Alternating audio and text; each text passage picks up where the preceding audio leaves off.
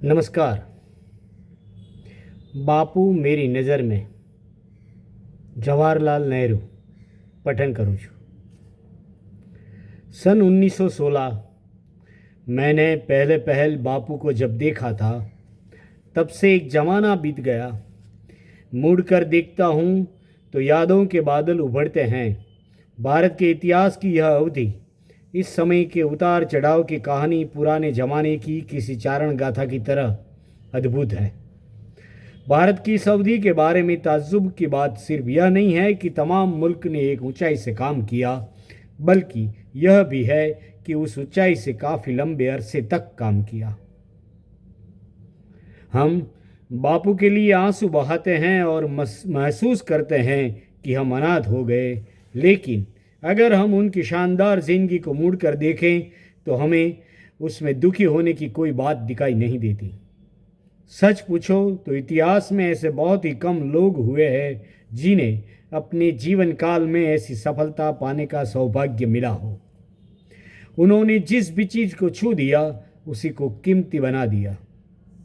उन्होंने जो कुछ किया उसके नतीजे ठोस निकले, भले ही वे नतीजे उतने ज़बरदस्त ना निकले हों जितना वे सोचते थे. उनकी मृत्यु में भी एक दिव्यता और परिपूर्ण कला थी. उन्होंने जो जीवन जिया उसकी सबसे महान घटना की तरह हर तरह उनके योग्य यह मृत्यु हुई. इसने उनके जीवन की सीख को और भी ऊंचा उठा दिया. जैसी मौत हर आदमी चाहता है वैसी मौत उन्हें मिली. उनका शरीर धीरे धीरे गलकर नहीं गया. न उम्र के कारण उनका दिमाग कमज़ोर पड़ा. शरीर और मन की कोई भी कमजोरी उनकी याद के साथ नहीं जुड़ती. वे अपनी समूची ताकत के साथ जिए और वैसी ही हालत में उनकी मृत्यु हुई. उन्होंने हमारे मन पर एक ऐसी छाप छोड़ दी है जो कभी फीकी नहीं पड़ सकती. वे हमारी आत्मा के कण कण में प्रवेश कर गए थे और इस तरह उन्होंने हमारे आत्मा को बदल दिया है. ठीक उस समय जब हम अपनी आत्मा की ताकत खो रहे थे, बापू हमें बलवान करने के लिए आए और उन्होंने हमें जो ताकत दी वह बरस दो बरस रहने वाली ताकत नहीं है, वह तो हमारी परंपरा का अंग बनकर रह जाने वाली चीज़ है. इस कमज़ोर शरीर वाले छोटे से आदमी की आत्मा में चट्टानों जैसी मजबूती पड़ी हुई थी जो बड़ी से बड़ी शक्ति के सामने झुकती नहीं थी.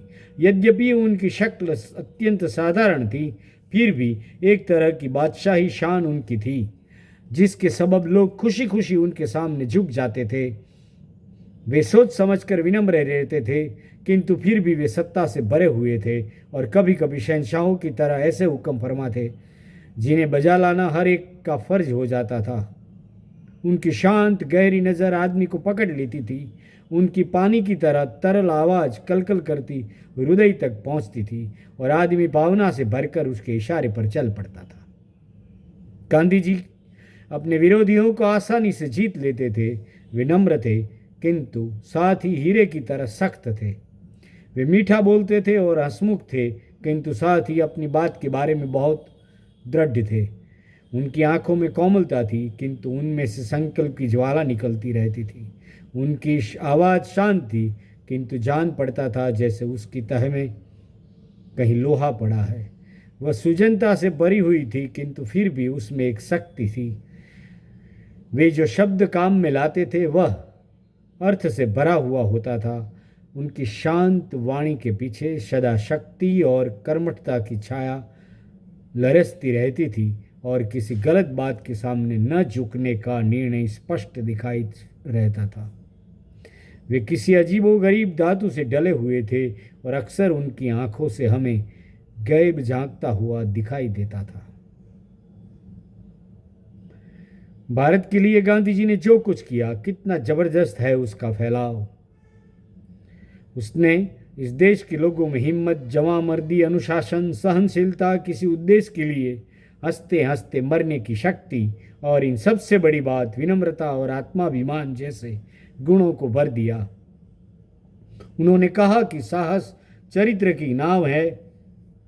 उन्होंने कहा कि साहस चरित्र की नींव है. बिना साहस के न सदाचार संभव है, न धार्मिकता, न प्रेम. वह देखकर आश्चर्य होता है कि वे भारत के कितने बड़े प्रतिनिधि थे. वे करीब करीब स्वयं भारत ही थे। उनकी जो कमियां थी वे भी भारतीय थी। वे भारत के किसानों के सच्चे प्रतिनिधि थे। वे इस देश के करोड़ों लोगों की जान और अनजानी इच्छाओं की तस्वीर थे। कह सकते हैं कि वे प्रतिनिधि से भी कुछ बहुत ज़्यादा थे। वे इन लाखों आदमियों की आदर्शों के अवतार थे। यह तो ठीक है कि वह हर तरह से वैसे नहीं थे जैसा कोई औसत किसान होता है। उनकी बुद्धि बहुत पैनी थी, उनकी भावना सूक्ष्म थी, रुचि संस्कारित थी और दृष्टिकोण विशाल था। इस सब के बावजूद वे बड़े बड़े किसान थे। हर मामले पर उनका दृष्टिकोण किसान जैसा था। भारत किसानों का भारत है, इसलिए वह अपने देश को खूब जानते थे। उसकी हल्की से हल्की हरकत उन्हें हिलाती थी। वे परिस्थिति को बिल्कुल सही रूप में समझ लेते थे। उन्होंने देश का चेहरा बदल दिया। उन्होंने एक टूटी हुई हीन जनता को आत्माभिमान दिया और उसका चरित्र बदल दिया। लोगों में चेतना जागृत की। उन्होंने भारत जैसा हिलाया वैसा कभी कोई क्रांतिकारी नहीं हिला सका। धन्यवाद।